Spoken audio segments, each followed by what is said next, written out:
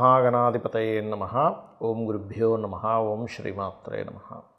అరుణాం కరుణాతరంగితాక్షీం ధృతపాశాంకుశపుష్పబాణచాపాం అనిమాదివిరావృతాం మయూకైః అహమిత్యేవ విభావయే భవానీం. శ్రీమాత్రే నమః.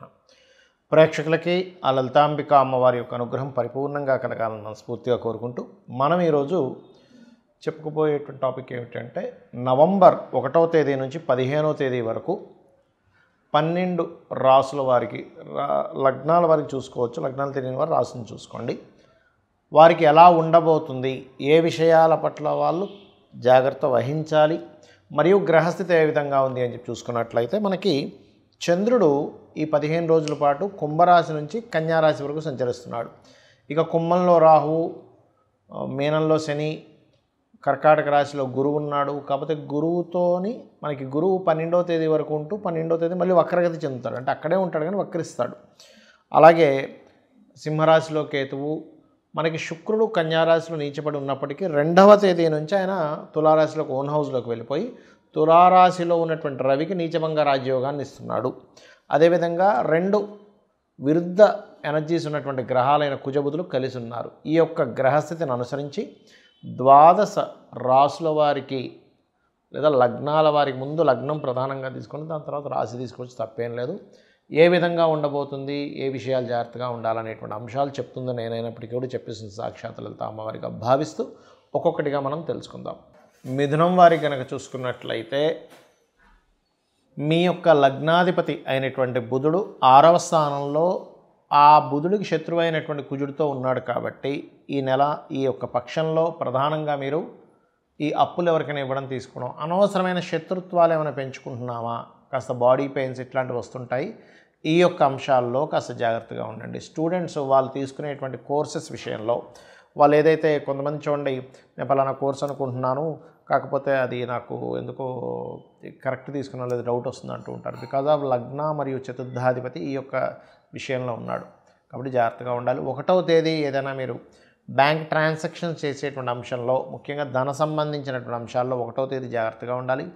2, 3 తేదీల కూడా మీరు ఉద్యోగ సంబంధించిన విషయంలో చేసేటువంటి ఉద్యోగంలో కొంతమంది కొన్నిసార్లు చూడండి ఉద్యోగంలో జాయిన్ చేసుకొని ఎన్ని రోజులైనా వాళ్ళు జీతాలు ఇవ్వరు. ఇటువంటి కొన్ని మోసపూరితమైనటువంటి విషయాలు ఉన్నాయి. కాబట్టి మీరు చాలా జాగ్రత్తగా ఉండాలి.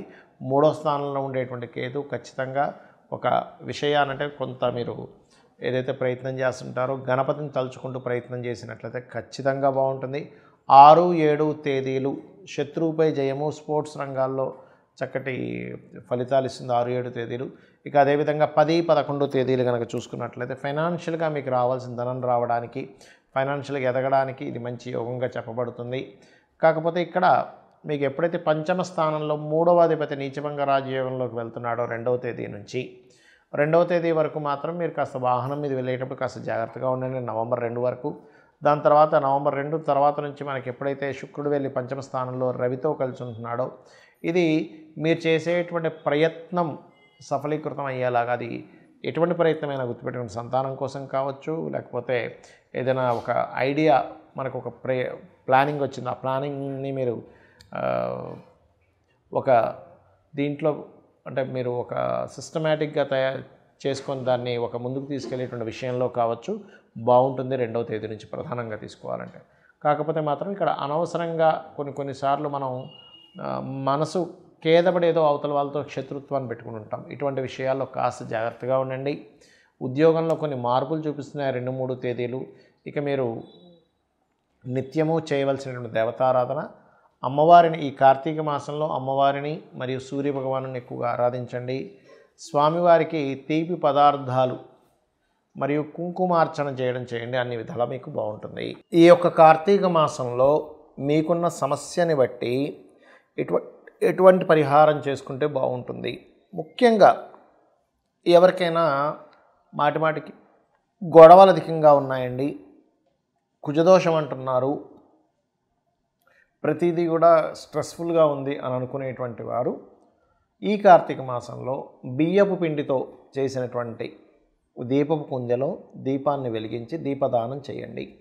కార్తీక మాసంలో మీరు చేసేటువంటి దాన ఫలితం చాలా అధికంగా ఉంటుంది, గుర్తుపెట్టుకోండి. కార్తీక దామోదరుని పూజ చేయడము, కార్తీక మాసంలో స్నానాలు, నదీ స్నానాలు చేయడం అనే ఒక ఎత్తు అయితే, ఇక మరి కొంతమందికి మానసిక సమస్యలు ఉంటాయి. ఎప్పుడు మానసికంగా ఏదో ఒక ఇబ్బందిగా ఉందండి అని అనుకునేటువంటి వారు నదీ స్నానం చేయండి. ఏదైనా క్షేత్ర దర్శనం చేసుకొని నదీ స్నానానికి వెళ్ళిరండి. ఈ కార్తీక మాసంలో ఖచ్చితంగా బాగుంటుంది. అలాగే మీకు దగ్గరలో గోశాల ఏదైనా ఉన్నట్లయితే గోవులకి బియ్యపు పిండిలో కాస్త బెల్లము కలిపి బియ్యపు పిండిని తినిపించండి. ముల్లంగి లాంటి పదార్థాలు కూడా గోవుకి కనుక కార్తీక మాసంలో తినిపిస్తే 100% మీ యొక్క మానసిక రుగ్మతలు తగ్గడం, మానసిక స్ట్రెస్ తగ్గడం, మెంటల్లీ ఒకసారి డిస్టర్బ్ అయిపోతుంటారు కదా, అటువంటివి తగ్గడం అనేటువంటిది జరుగుతూ ఉంటుంది, గుర్తుపెట్టుకోండి. ఇక మూడవది ఏంటంటే, ఇక్కడ మరి కొంతమందికి సంతాన సంబంధించిన సమస్యలు ఉంటూ ఉంటాయి. ఈ యొక్క కార్తీక మాసంలో ఎవరైతే ఇప్పుడు ఉండేటువంటి ప్లాంటరీ పొజిషన్స్ బట్టి చెప్తున్నాను, లక్ష్మీ గణపతిని మన దామోదరుడి యొక్క పూజ చేస్తారు. కార్తీక దామోదరుని యొక్క పూజ చేయడము ఇవన్నీ చేస్తూనే లక్ష్మీ గణపతి యొక్క ఆరాధన చేయండి ఈ కార్తీక మాసంలో. అదేవిధంగా ఈ కార్తీక మాసం మొత్తము కూడా దిగంబర శ్రీ పాదవల్లభ దిగంబర అనే మంత్ర సాధన చేయడం ద్వారా, గోవులకి అరటికాయలు లాంటివి తినిపించడం ద్వారా కూడా క్లియర్ అవుతుంది. ఇక ఈ కార్తీక మాసంలో పెళ్ళిళ్ళు కూడా అవుతూ ఉంటాయి. కానీ కొంతమందికి వాళ్ళ యొక్క జన్మజాతకంలో ఉండేటువంటి కాంబినేషన్స్ వల్ల వివాహ సంబంధించినటువంటి అంశాలు తొందరగా కుదరవు.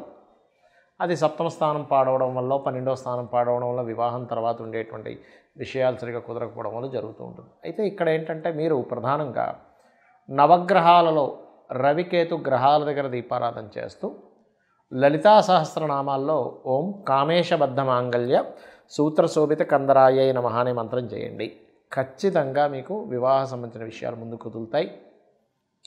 అలాగే స్వామివారిని అంటే ఆ విష్ణువుని సూర్యుల్లో ఉన్నట్టుగా భావిస్తూ సూర్యుడికి అర్ఘ్యం వదలండి. ముఖ్యంగా వివాహ సంబంధించినటువంటి విషయాలు ముందుకు కదలడానికి. దాంతోపాటు మీ జన్మజాతకంలో సప్తమ స్థానం ఎలా ఉంది, సప్తమం ఏమైనా వేరే పాపగ్రహాల చేత, పాప ఫలితాలు ఇచ్చేటువంటి గ్రహాల చేత ఇబ్బంది ఉన్నాయా అనేటువంటి చూసుకోండి. అది చూసుకొని దానికి సంబంధించి దానం ఇచ్చుకున్నా కూడా మీకు ఖచ్చితంగా ఆ యొక్క ప్రభావం అనేటువంటిది తగ్గుతుంది, అందులో ఎటువంటి సందేహం లేదు.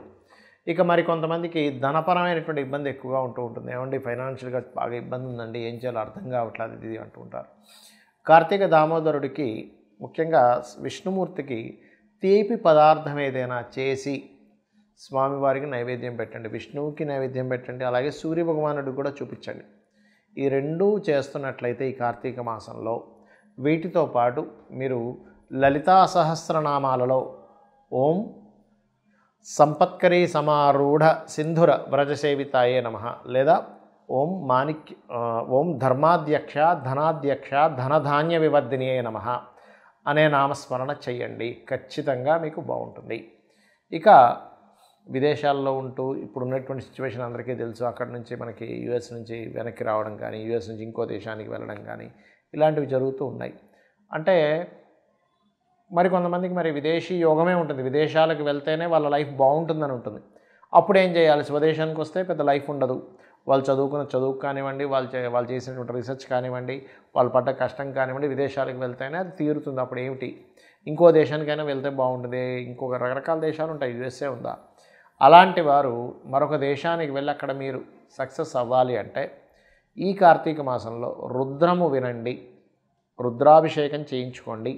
రెండవది ఆంజనేయ స్వామి యొక్క హనుమాన్ చాలీసా అంటారు, ఉదయము సాయంత్రము సంకల్పం చెప్పుకొని ఆ చేసినంత కాలము 40 రోజులు దీక్షగా తీసుకొని కనుక చేయగలిగితే, ఏమండి కార్తీక మాసం అయిపోద్ది కదా అంటే అయిపోయినా పర్వాలేదు, ప్రారంభించడం ఇక్కడ చేయండి. 40 రోజులు దీక్షలా కనుక రోజు ఉదయం సాయంత్రం చేస్తూ సంకల్పం చేసి కొంచెం కొన్ని నియమాలు పాటించాలి. దీక్షలో ఉన్నప్పుడు ఎలా పాటిస్తామో నేల మీద నిద్రపోవడము, కాస్త నాన్ వెజిటేరియన్ లాంటివి తినకపోవడము, కొన్ని బ్రహ్మచర్యం పాటించడం చేసి మీరు కనుక 40 రోజులు ఖచ్చితంగా చేసినట్లయితే రుద్రము వినడము లేదా రుద్రాభిషేకం చేసుకోవడము, ఇంట్లోనే రుద్రంతో అభిషేకం శివుడికి చేసుకోవడము, అలాగే ఉదయము సాయంత్రం ఆంజనేయ స్వామి యొక్క అష్టోత్తరము అంటే ఆంజనేయ స్వామి హనుమాన్ చాలీసా ప్రధానంగా ఉదయం సాయంత్రం కనుక చేయగలిగితే మీ జన్మజాతకంలో ఆల్రెడీ యోగం ఉంది కానీ వెళ్ళలేకపోతున్నాను, లేకపోతే ఇంకో దేశానికి వెళ్ళాలి, ఇక్కడ ఉండేటువంటి సిచ్యువేషన్స్ బాగాలేవు అన్నప్పుడు ఇది మీకు ఖచ్చితంగా పనిచేస్తుంది. కానీ ముఖ్యంగా మీరు తెలుసుకోవాల్సింది అసలు మీ జాతకంలో యోగం ఉందో లేదో తెలుసుకోండి. యోగం ఉందో లేదో తెలుసుకోకుండా చేస్తూ ఉంటే ఏమవుతుందంటే ఇది ఇంకొక దానికి దారితీస్తుంది, కానీ ఇది ఇవ్వాలని రూల్ లేదు. ఎలాంటి వాటికి ఇస్తుంది రిజల్ట్ అంటే మీకు ఖర్చులు తగ్గిస్తుంది అంతే. బాగా ఎక్స్పెండిచర్స్ ఉన్నాయి, ఎందుకంటే 12వ స్థానం అనేటువంటిది ఖర్చుల స్థానము, విదేశీ స్థానం. సో విదేశీ యోగం మీకు లేదు కాబట్టి ఖర్చులు ఎక్కువ అవుతుంటే ఆ ఖర్చులు తగ్గించే దాని మీద ఎఫెక్ట్ పడుతుంది. దానివల్ల కూడా ఒక పాజిటివ్ ఉంటుంది, ఉండదని. కానీ మీకు జాతకంలో ఉందో లేదో యోగం చూసుకోండి. కొద్దిగా ఉందండి, కొన్ని ఆటంకాలు ఉన్నాయి, అప్పుడు పనిచేస్తుంది. అసలు యోగమే లేదు అన్నప్పుడు అది ఇవ్వదు రిజల్ట్. ఇది గుర్తుపెట్టుకోండి. అందుకే చాలామంది రెమెడీస్ చేస్తుంటే ఎందుకు ఫెయిల్యూర్ అవుతుంటాయంటే అక్కడ యోగం ఉండి ఆటంకాలు కలుగుతున్నప్పుడు మనం చేయాలి, కానీ యోగమే లేకుండా మనం చేయడం వల్ల ఇంకొక మంచి ఫలితం ఇస్తుంది, కానీ ఆ ఫలితం ఇవ్వాలని రూల్ లేదు. శ్రీమాత్రే నమః.